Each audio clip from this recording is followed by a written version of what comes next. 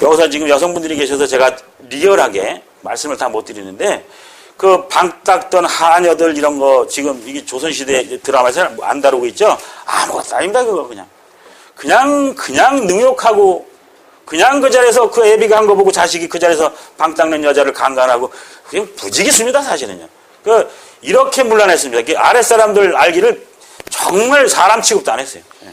그 가정맹호인데, 산업단 뜻이죠. 뭐보다도. 이게 비교급입니다. 뭐뭐보다도. 그래서, 거기 나오는 이제 호랑인데, 이 무덤이 3개가 보이죠. 옛날에 시아버지가 죽었어.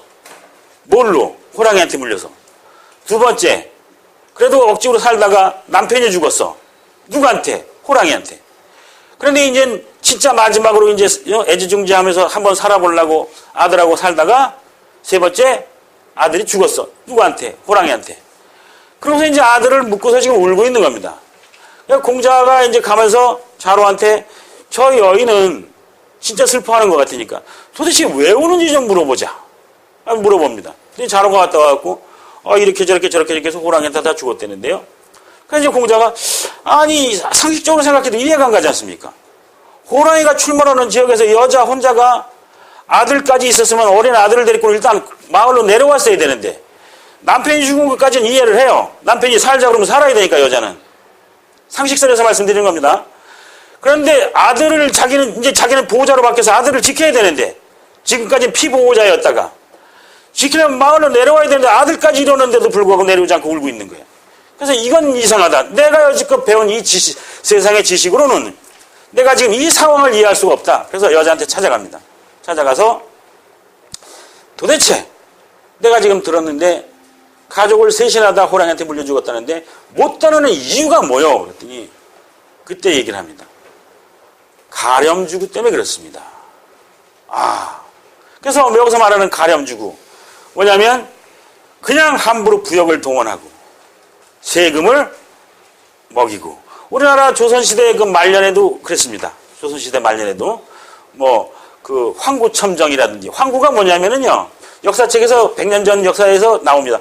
황구가 뭐냐면 새 새끼가 처음 태어나서 좀 있으면 부리가 노랗습니다. 그래서 이 황구라는 얘기는 아주 어린아이, 갓난아이를 뜻합니다. 동물로 비유해서. 첨정이라는 건 무슨 말이냐면 이름을 거기다 두는 거예요. 정이 장정정자입니다.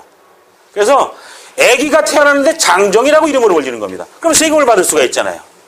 그래서 이런 거라든지 여러 가지들을 이제 하는데 그래서 여기서 말하는 거는 혹독한 정치를 하면 호랑이보다도 더 무섭구나. 그래서 차라리 마을로 내려가서 그 세금을 내고 그 학정을 견디느니 호랑이한테 물려 죽는 게 낫겠다 해서 나온 말이 가정맹호입니다. 그래서 2번째, 학정이 국민들을 얼마나 도탄에 빠뜨리고 불행하게 만드는가. 그래서 개인의 행복에서는 제가 한 번쯤 탈출할 수 있는 탈출구를 한번 제시를 했고 2번째, 그 학정과 국민 불행에서는 정치를 잘못할 경우에 많은 국민들이 불행해질 수 있는데 과연 이거에 대한 해법은 없겠느냐? 있습니다. 그게 다음 장에 있습니다. 다음 장에는 이제 그 여러분들이 다 아시는 문동요와 격양가에 관한 얘기인데요. 요 얘기도 이제 지금 제가 여러분들에게 드리는 말씀은 그 스토리텔링인데 스토리텔링이 뭐냐면 여러분들 혹시 여기 신성호 여기 위원장님께서는 이제 그 영문학자시니까 역사적 현재라는 말이 있습니다. 이 역사적 현재라는 말이 이제 이런 겁니다. 역사적 사실을 현재에 생생하게 표현해 보는 겁니다. 영문법에서 온 건데요. 그럼 뭐냐면은 이순신 장군의 명량을 아시죠? 예. 이순신 장군의 명량은 이미 수백 년 전의 사건입니다. 수백 년 전의 사건이라는 것은 과거라는 것은 이미 밝혀진 사실입니다. 그래서 무조건 과거형으로 써야 됩니다. 그런데 우리는 교육이라든가 또는 어떤 생생한 감정을 느끼기 위해서 그것을 그 당시의 사건을 리바이벌 시켜서 주로 배우들이 이렇게 연기를 하죠. 그러면서 그거를 보는 우리들은 저 당시에 이순신 장군이 저랬구나. 그거를 현재 느껴보는 거죠. 그걸 역사적 현재라고 합니다. 이런 거를. 그러면 이 스토리텔링 방식이 뭐냐? 과거의 어떠한 에피소드를 옛날에 할머니가 호랑이를 만났는데 이런 얘기입니다. 담배 피는 시절에 옛날 에피소드 이야기 스토리를 지금 생생하고 재미있게 말하는 방식. 스토리텔링입니다. 방송에서 많이 나올 겁니다. 그래서 이미 선배들이 이렇게 역사적 현재라는 말로도 이미 만들어 놨고요. 그래서 이제 그런 건데 지금 이제 얘기 들어가는 것은 이제 요 얘기를 좀 이해하기 쉽게끔 좀 설명을 해드린 건데요.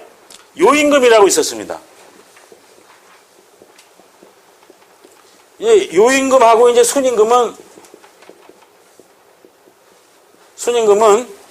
그 요순 우탕 해가지고 이제 여기까지는 이제 가장 그 아주 좋은 시절이라고 그러죠. 중국에서 말하면 이제 좋은 시절인데 요임금의 이제 선정과 순임금의 선정인데 순임금은 그렇게 효자였대요.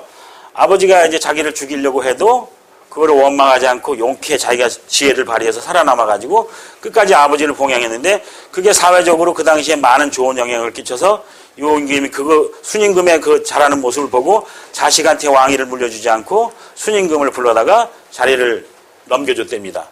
그 자리를 넘겨줬다고 해서 요 단어는 알아두시면 좋습니다. 요임금이 순임금한테 넘겨준 그 왕위를 넘겨준다는 단어를 선양이라고 굳이 이럽니다. 그래서 그것을 이제 선양이라고 하는데 이 요임금이 자기가 이제 나름대로는 깨끗했나 봐요. 양심적이고 그리고 헌신적이었나 봐요. 그래서 내가 정치를 잘하고 있는 것 같은데 다른 소리가 안 들리니까 그래서 이제 한 50년이 지났어요. 그래가지고 내가 정치를 잘하고 있는 것 같은데 궁금하잖아요. 그죠? 그래서 하마평도 필요하기도 하고 또는 정말 잘하고 있는지 점검도 필요하고 그래서 이제 무거울 중자 자기 측근들한테 묻죠. 고갱지신한테 묻죠. 중신들한테 물어가지고 이보시게 내가 지금 별일이 없는 것 같은데 정치를 잘하고 있나? 그랬더니 머리를 극적극적 하면서 글쎄 잘 모르겠는데요. 이렇게 얘기가 나온 거예요. 그러면 이제 전문 관료들 있잖아요. 뭐 장관, 차관, 이제 국장들 이런 사람들 급을 이제 불러가지고 자네들은 어떻게 요즘 뭐 국민의 소리, 백성의 소리는 어떤가? 나한테 좀 해줄 얘기 없는가? 그랬더니 글쎄 별 뭐 특별한 건 없는데요. 이제 그렇게 얘기가 나온 거야. 그래가지고 도대체 이 사람들이 지네들이 전문가이기고 지네들이 나보다 더 백성들하고 가까이 있는데 불구하고 왜 나한테 해줄 얘기가 없는 거야? 이렇게 된 거야. 그렇다고 이 사람의 성정이 똑바로들 안 해? 이러는 사람이 아니에요. 늘 모범을 보이는 사람이에요. 이게 중요한 겁니다.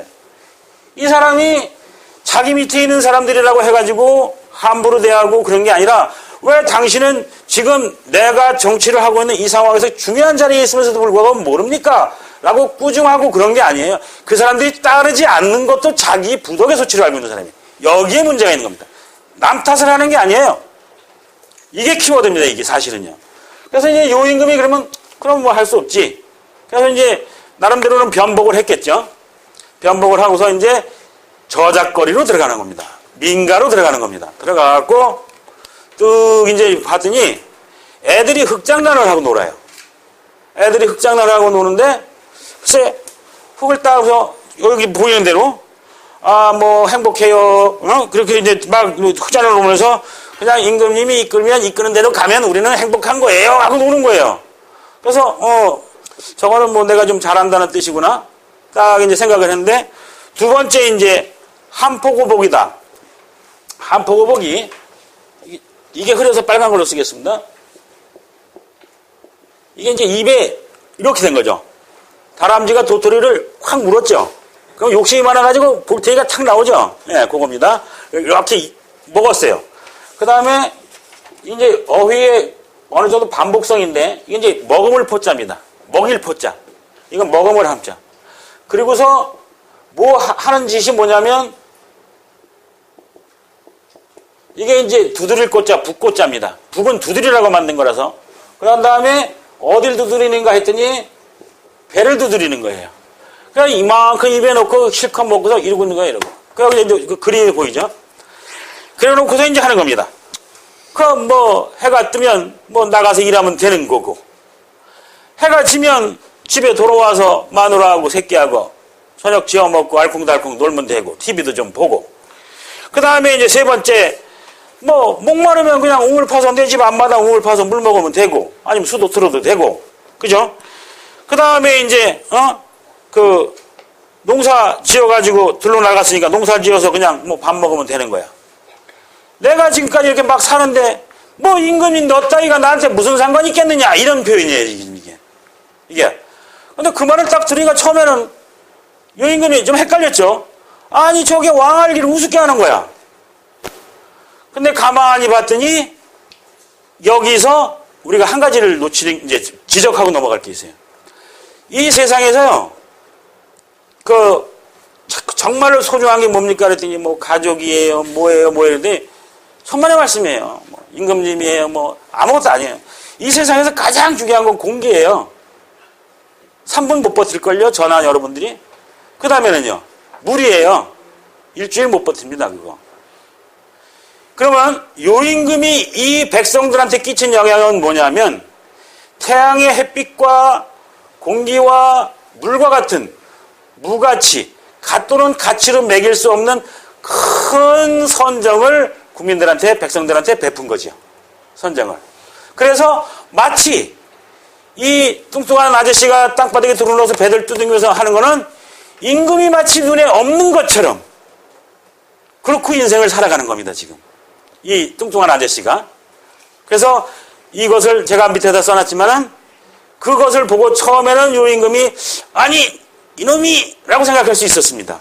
그런데 두 번째, 나라는 것을 의식하지 않을 정도로 국민이 백성이 행복해 하는구나 라는 역설적 이해를 요 임금이 깨닫고 궁으로 돌아갔답니다. 그러니까 우리는 지금 외국에도 훌륭한 사람들이 많고 뭐 어떤 게 많이 있는데 사실은 우리나라에도 굉장히 훌륭한 사람들이 많이 있지 않습니까? 면함 최익현 선생님도 그렇고 역사에서 훌륭한 사람만 다 훌륭한 게 아니고 또 감춰진 사람들도 많이 있는데 이런 어떤 깊이 있는 어떤 또는 고사라든가 또는 어떤 그런 공부를 통해서 우리 국민들이라든가 또는 어떤 정책 같은 것들을 좀 예민하게 좀 검토하고 왜냐면 나야 그냥 뭐 한순간 TV 보면 되지만 만약에 그 사람이 중요한 자리에 있을 경우에 1시간을 더 정책에 대해서 연구하고 공부한다면은 많은 사람들이 어쩌면 큰 혜택을 보지 않을까 그러한 것을 국민들 또는 제가 표현할 수 있는 어떤 한계까지 표현해 보고자 주제를 지금 사실 개인의 행복과 선인의 지혜를 빌려서 학정이 어떤 거며 선정이 어떤 거며를 여러분들과에게 한번 좀 발표를 해봤습니다. 그래서 제가 지금 준비한 강의는 조금 더 할 수는 있으나 일단 요 정도로 마무리하고 나머지 뒷장을 좀 보시면은요. 뒷장을 보시면 행복이니까 행복에 대한 여러 가지 몇 가지 얘기 중에서 여러분들께서 혹시 못 만나신 분도 이러한 글들을 못 만나셨을 수도 있으니까 이러한 글들을 좀 몇 가지 참고하셔가지고 주변에다가 좋은 영향을 끼쳐 주십사 하고 제가 글 몇 개를 준비했습니다. 근데 이제 맨 마지막 거 하나만 좀 해보겠습니다. 제가 참 좋아하는 말이기도 한데 여기에는 이제 처음에 해당되는 사람은 없고 2연이나 3연에 해당되는데 저는 2연 정도에 해당되는 것 같아요. 그래서 소년 시절에 배우면 장년에 도움이 되고 장년에 배우면 늙어서 쇠하지 않으며 저는 이 부분에 해당되는 것 같습니다. 저는 이 부분에 해당되는 것 같고 그 다음에 제일 좋아하는 말입니다. 노년에 배우면 죽어도 썩지 않는다. 이게 사실 이제 일본 사람 글인데요. 사토 이사이라는 언지록인데 이 사람이 책이 언지